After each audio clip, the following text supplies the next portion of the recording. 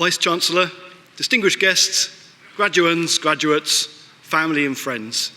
It is my genuine, heartfelt pleasure to introduce the worthy recipient of this year's Honorary Award of Doctor of Science.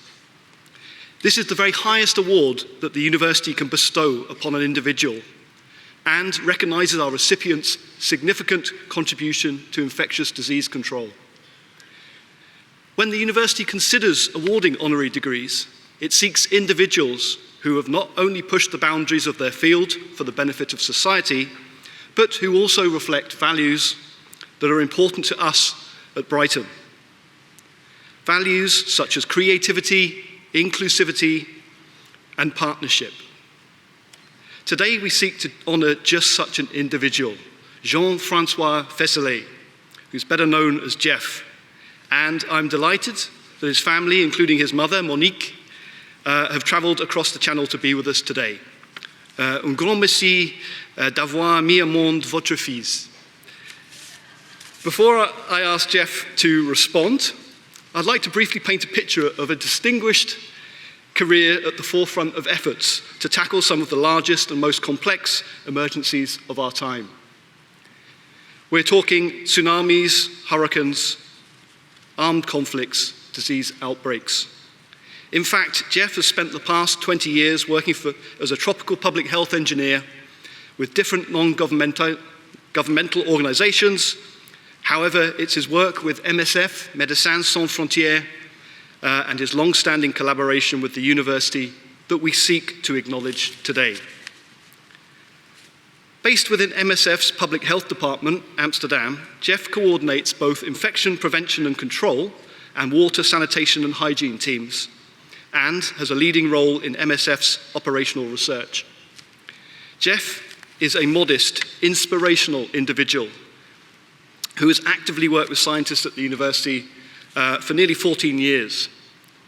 Collaboration that started in Haiti in 2010 following the earthquake and involved our late great colleague and friend, Professor Hugh Taylor. As you'll hear, Jeff's work in Haiti involved a method for treating waste from cholera patients to prevent further community transmission. Since then, Jeff's work has taken him to Mozambique, Kenya, the Philippines, Sudan, Jordan, Rwanda, and recently involved another collaboration with the university at the world's largest refugee settlement at Cox's Bazar, Bangladesh. This initiative, Project SMART, was supported by the UK, Dutch, Swedish and Norwegian governments and optimised emergency sanitation interventions and strengthened field-based laboratory testing. Jeff has also managed to find time to publish 25 high-impact journal papers on subjects ranging from malaria vectors and insecticide resistance in internally displaced and indigenous communities in the Democratic Republic of Congo, to the development of tools for actively involving women in the design of emergency water and sanitation in Sudan.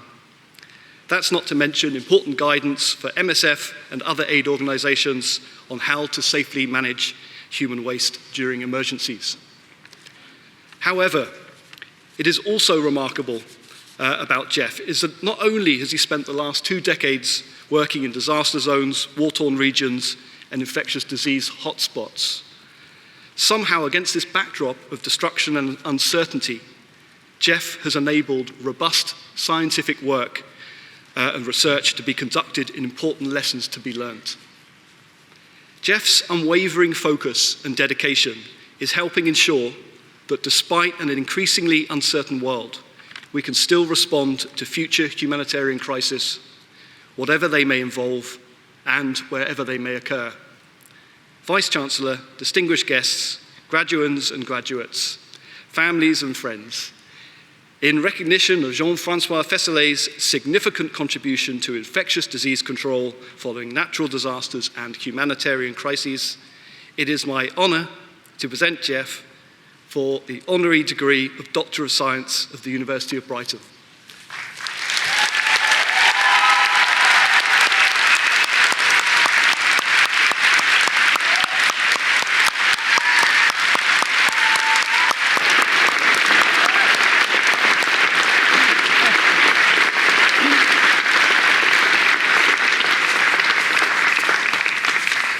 Wow, wow, wow. Jeff, in recognition of your contribution to infectious disease control following natural disasters and man-made humanitarian crises, I have the great honour of conferring upon you the Honorary Degree of Doctor of Science of the University of Brighton.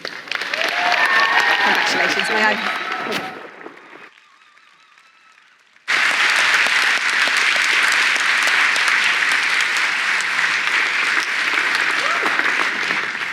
I now have the pleasure of asking Jeff to address the audience. Jeff. Thank you.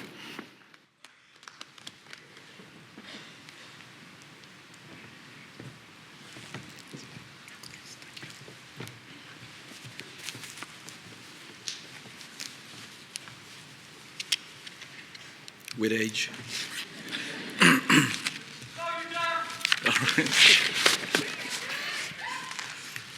Vice-Chancellor, distinguished guests, graduates, family and friends. Before any further words, I'd like to extend my gratitude to the University of Brighton and congratulate the graduates. I believe this will be one of the most important days in your life, as it was for me when I graduated from my postgrad studies at the University of Leeds. This is the culmination of years of study, or sometimes previous professional work, and opens the door to the next stage in your life. The graduation ceremony is that moment when you can say, it's done, and I made it. However, it's only really the beginning. What you may discover later, as I did, is just how many opportunities your qualification provides to shape your career, how many times you'll be using or referring to what you've learned. For me, and I hope you too, it gave me an unprecedented level of personal and professional confidence. When I decided to study, I already had 10 years of professional experience, mainly in the humanitarian sector. I had been inspired by family members like my aunt, and she was also my godmother, who had spent almost all her life in Africa. My father also spent quite long periods in Chad, Gabon, and Djibouti. He brought back films of wild animals in amazing sceneries, as filming while piloting helicopters, film that left our family unforgettable memories of beauty and majesty of elephants, antelopes, buffaloes viewed from above.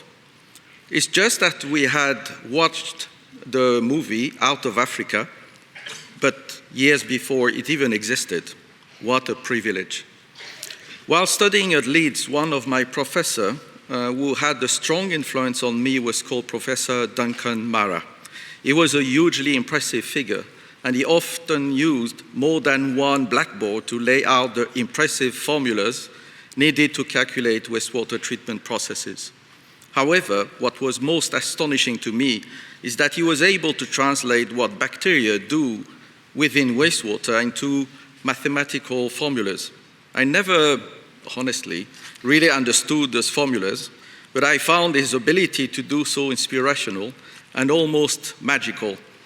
He had written books, articles, and was supervising PhD students. He was a legend, someone that I admired for all what he had done for public health and science. Little did I know at the time that through a series of coincidences and events, he would one day be partly responsible for me being here in front of you today.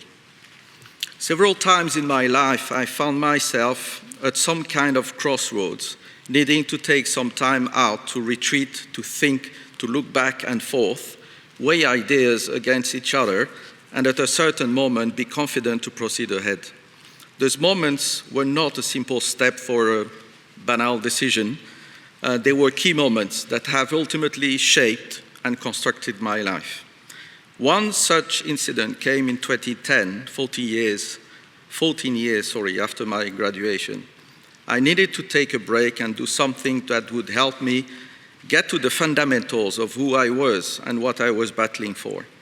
I had been running this idea in my head for several years, but this occasion, the time was right.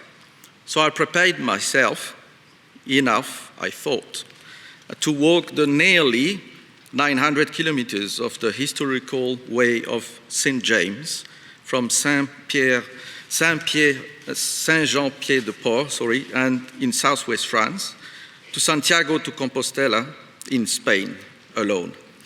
I just had to do it. I'd read many books related to this work.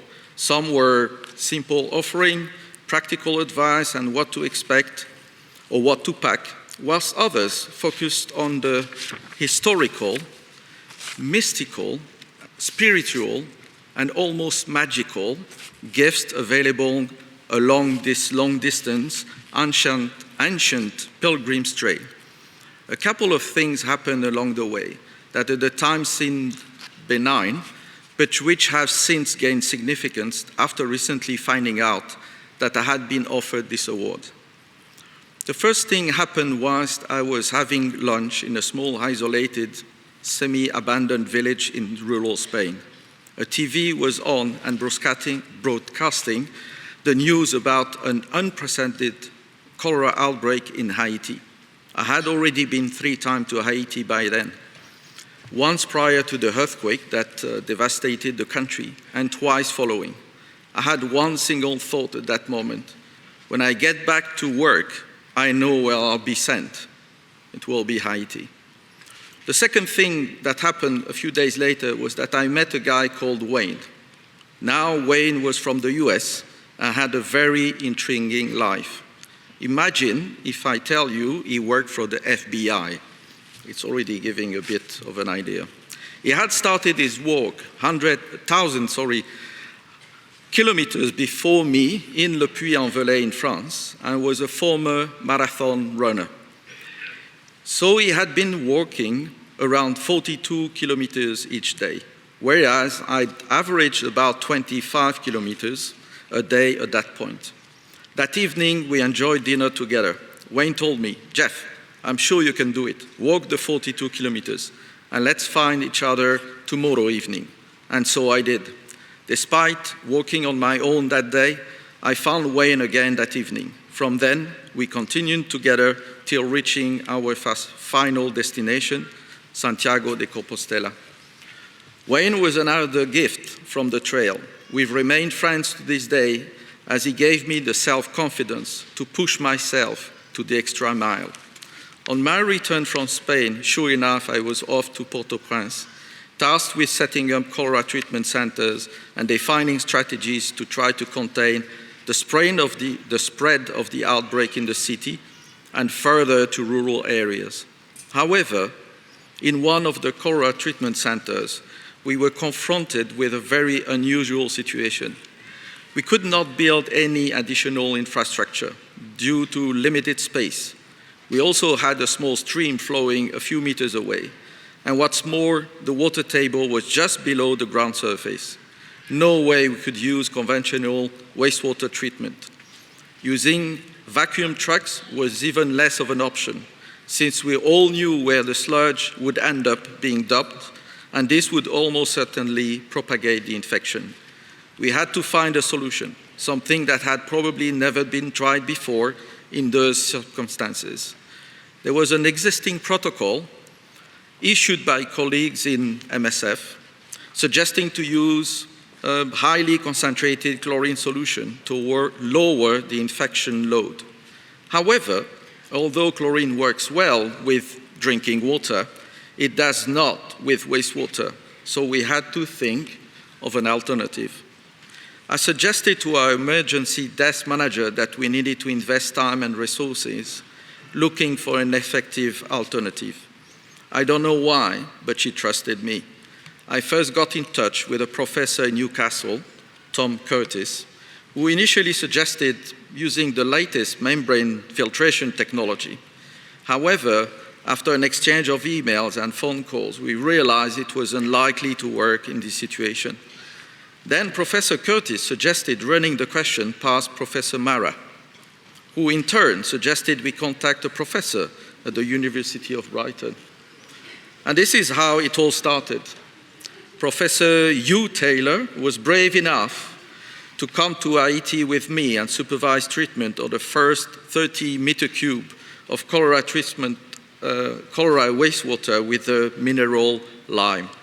He used his experience with plug-forward treatment of wastewater with lime in Brazil to pilot an emergency batch treatment system, working with a colleague, Emmanuel Sodzi, who was on site to implement the pilot. Professor Taylor was key in helping us to navigate through all types of resistances around this pilot. He provided the scientific legitimacy against all sorts of conspiracy theories. Medical doctors from the organization accused us of playing alchemists, operation managers freaking out about safety, thinking that the tank could burst and left the content flow around, and authors of the chlorine-based protocol alleged we were diverting resources to develop this pilot rather than treating patients. We gave this novel treatment its real first moment of truth is when Professor Taylor presented the results at MSF Scientific Days in London in 2011. It could all have ended there, but Emanuele Sozzi came to Brighton to continue the work as a PhD student. Then, when Ebola came around a few years later, the method of treating wastewater with lime was chosen by a panel of experts at WHO as the most suitable intervention. This created new opportunities for further research for Professor Taylor and his team, including Professor James Ebdon and Dr. Diogo Gomes da Silva. In fact, we have just completed yet another round of research in Bangladesh, further improving the method, the culmination of 13 years of collaboration. A thought that somehow started in the pilgrimage, a great guy named Wayne, who unlocked my confidence to take things to another level, a pair of scientists who had both studied together under Professor Mara, and a strong, committed team that, against all odds, continued this work, and here I am. Although Professor Taylor unfortunately left us in 2017, I am overjoyed and proud to see that the work we initiated together continued and has helped so many and will continue to do so in the future. I would like to thank all those involved in this work, many in the countries where projects were implemented, but also to the University of Brighton, my oldest and longest academic collaboration, for supporting me and recognizing this rather unconventional scientific career. I have those final words for all of you graduating today. Sometimes you need to stop to know you need to keep going, and when odd but trustful friends tell you you can do it, trust them, as wonderful things can happen. Vice-Chancellor, distinguished guests, graduates, family and friends, thank you for this honor to be awarded an Honorary Doctorate.